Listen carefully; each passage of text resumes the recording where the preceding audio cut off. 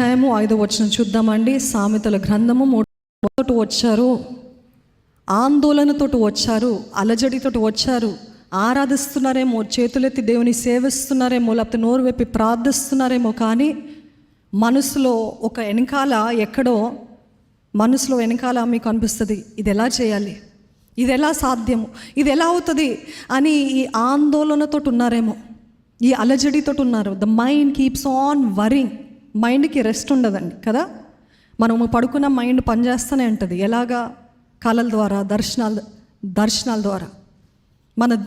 మన దేహము విశ్రాంతి పొందుకుంటుందేమో, కానీ mind is constantly working over time.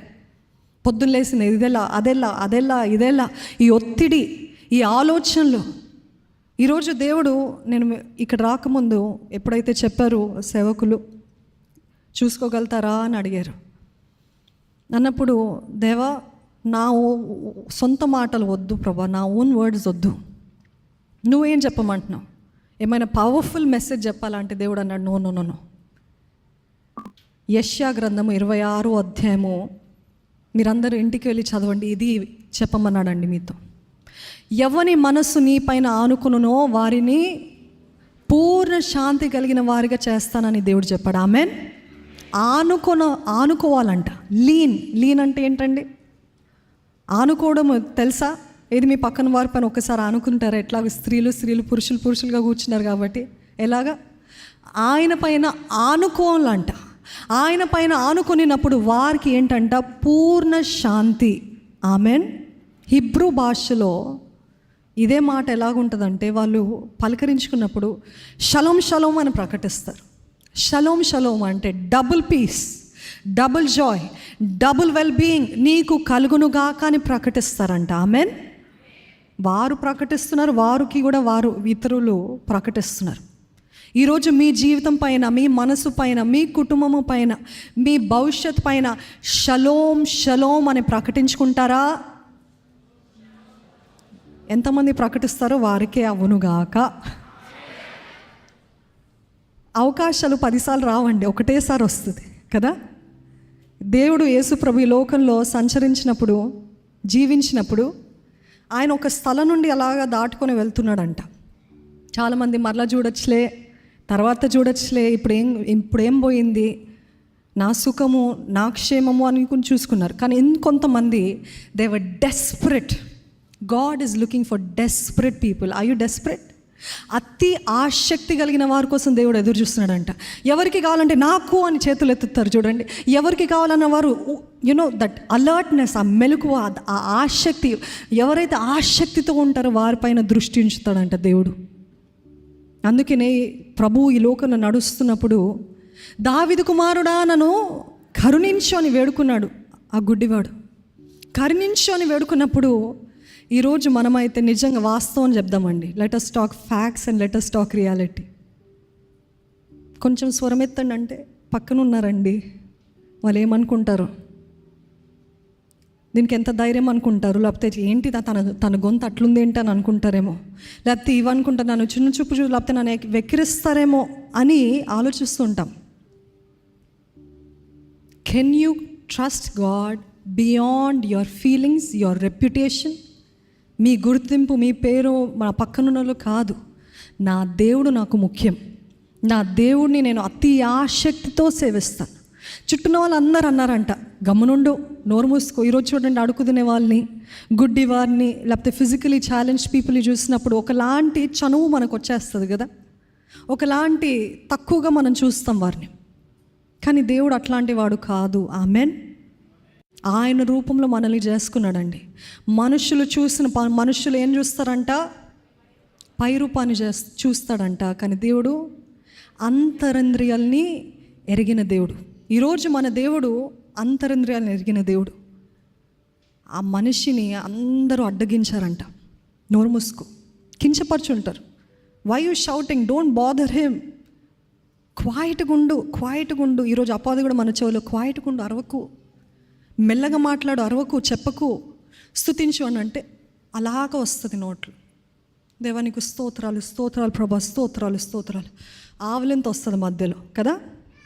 రాగానే నిలకడగా రిజిడ్గా దేవుని సన్నిధిలో నిలబడుతూ స్తుతించమంటున్నారు. స్తుతించని అయిపోయింది కాదండి.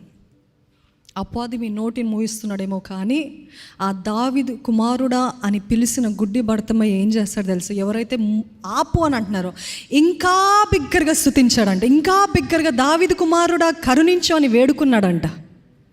ఈరోజు మీ మనసు చెప్తుందేమో ఆపు అని, మీ చుట్టూన వారు అంటున్నారేమో ఆపు అని, కానీ నేను ఇంకా స్తుతిస్తాను అన్నవారు ఉన్నట్లయితే బిగ్గరగా హల్లెలూయా చెప్తారా? ఇంకా బిగ్గరగా హల్లెలూయా అని చెప్తారా అండి? ద డెవిల్ విల్ ఆల్వేస్, అందుకనే వాక్యలో చక్కటి మాట రాయబడి ఉంటుంది ఏంటంటే, బాలుల నుండి స్తుతులు పొందుకుంటాడంట. From infants he will receive praise, and when he receives praise he will silence the enemy. అర్థమవుతుందా అండి? మనము స్తుతించినప్పుడే అపవాది నోరి మూయిస్తాడు. మనము స్తుతించకుండా, మనది మనము చేయకుండా దేవుడు చేయాలంటే అవ్వదు. నేను నిలకడగా ఉంటాను, నేను ఊరికనే ఉంటా, దేవుడు చేయాలని కాదు. ఎరుకో గోడల చుట్టూ కూడా ఒకరోజు మౌనంగా ఉండమన్నాడు. అంటే ఆ మౌనంగా తిరుగు అన్నాడు.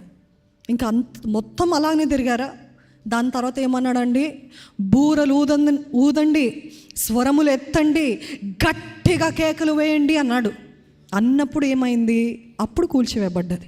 కొన్నిసార్లు దేవుడు మౌనంగా ఉండమంటాడు, కొన్నిసార్లు బిగ్గరగా కేకలు వేయమంటాడు. ఈరోజు your praise will silence the enemy. Amen. మన స్తుతి అపవాది నోటిని మూయిస్తుంది.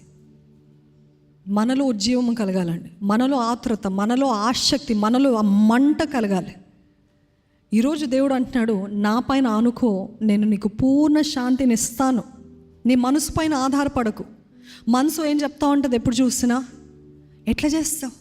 ఎట్లా చేస్తావు, how do you think you can do it, ఎట్లా కడతావు బిల్స్, ఎట్లా తీరుస్తావు ఈ అప్పులు, ఎట్లా చేస్తావు, ఈ భర్తను ఎట్లా మారుస్తావు. స్త్రీలకు ఉన్న పెద్ద సమస్య, భర్త ఇల్లు విడిచిన వెంటనే ఏ అమ్మాయిని కలుస్తున్నాడో, ఆఫీస్లో ఎంతమందిని కలుస్తున్నాడో, అందరితోటి బాగానే ఉంటాడు, నాతోటి ఇలా ఉంటాడు. అదే కదా సందేహాలు.